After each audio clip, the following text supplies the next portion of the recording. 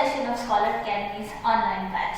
Today's our lecture is of subject science. Okay? In the science, before telling you the name of the chapter, let me introduce it with a very interesting method to you. You can see a marker in my hand.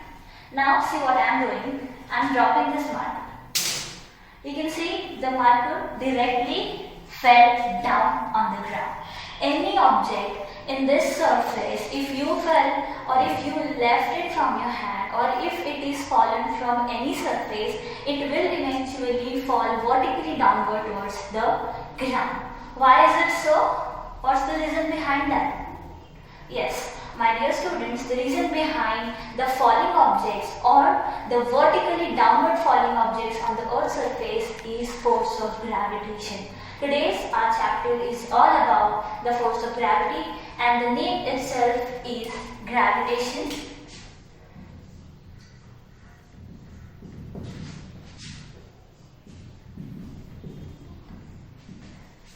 The chapter is from part first of your textbook, and the number of the chapter is chapter number 1.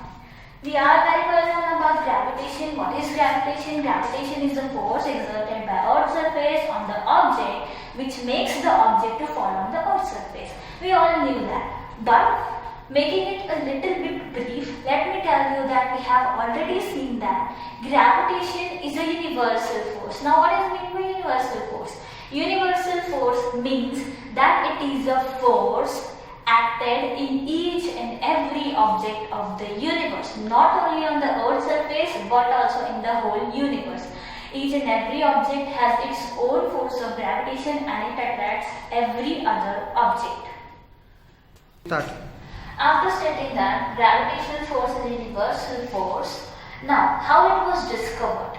It was discovered by Sir Isaac Newton. We all are very well known about that. Sir Isaac Newton was sitting under an apple tree. He saw apples falling vertically downward towards the ground, and that falling of apples vertically downward towards the ground made him thought that why objects fall vertically downward and why not in any other direction? Why not they fall off horizontally or with any other angles?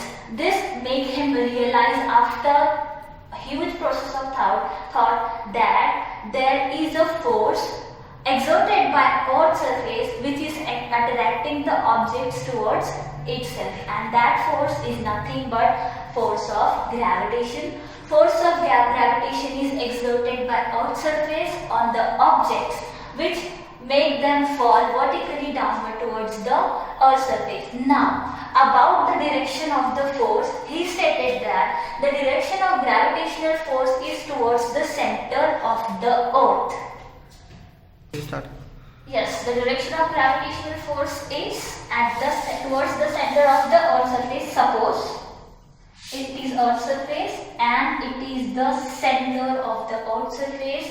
The direction of the gravitational force will always be towards the center of the Earth's surface, which will make the things fall towards the center of the Earth's surface. Now, Sir Isaac Newton also thought that if an apple tree is attracted by the force of gravitation, can other things with variable height or with some greater height be attracted by the force of gravitation? Then he considered the example of moon. Let me tell you, dear students, that moon or the rotation of moon around the Earth's surface is also the result of force of gravitation. Now, about the force of gravitation. After about the force of gravitation, let me move towards the next point. Our next point is. Start. Our next point is force and motion. Now, force and motion are very much closely related to one another. Let us consider if you are driving a bike, a two-wheeler bike or motorcycle bike. If you want to increase the speed of the bike, if you want to make your speed from 40 to 80, what will you do?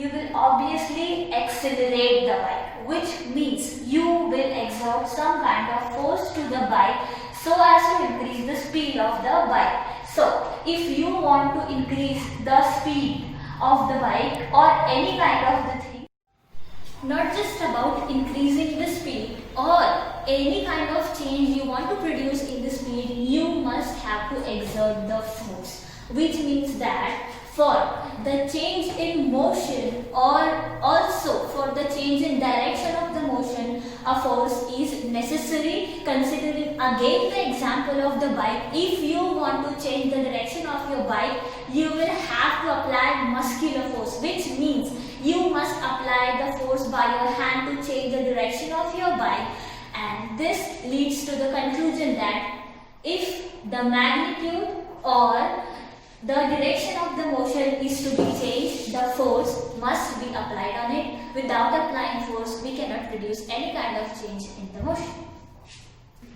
To elaborate the relation between the force and the motion, now let me introduce the next phenomena in your textbook. The name of the next phenomena is? Start.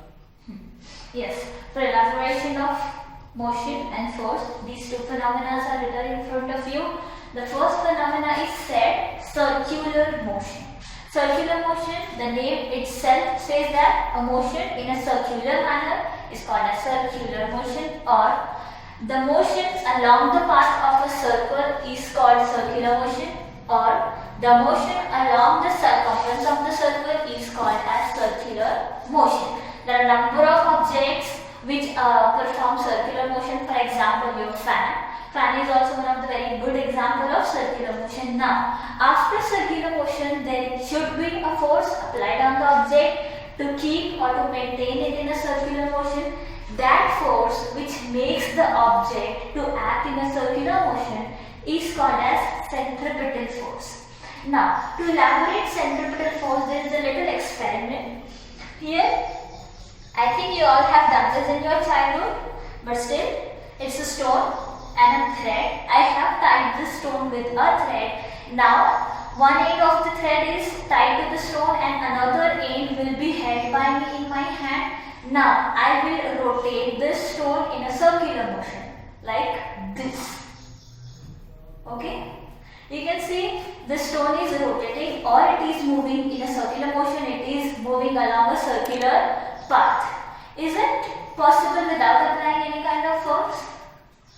You can do it and you can tell me the answer. It is impossible without applying the force. I am applying the force to the stone, and that force is making the stone or forcing the stones along the center. Centripetal force always is directed towards the center of the circle. It leads the object in a circular motion. Centripetal force is also a force which pulls or makes the object in a circular motion by pulling it towards the center of the circle. Start.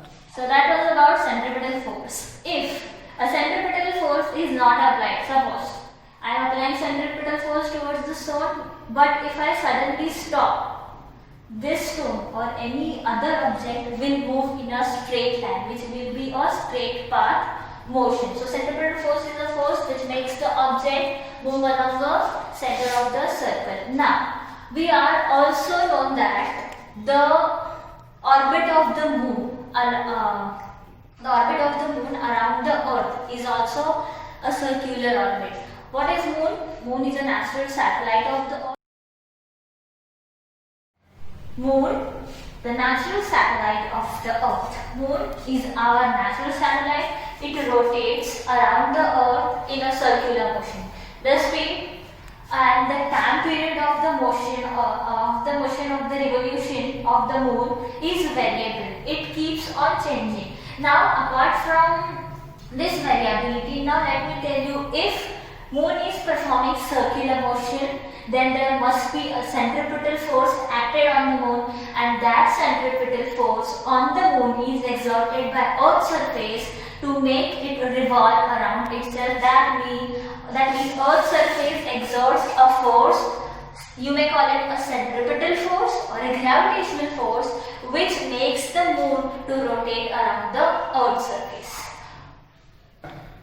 Likewise, the sun also, it exerts the force or a centripetal force towards the planet to make them rotate around itself. That means sun also exerts a force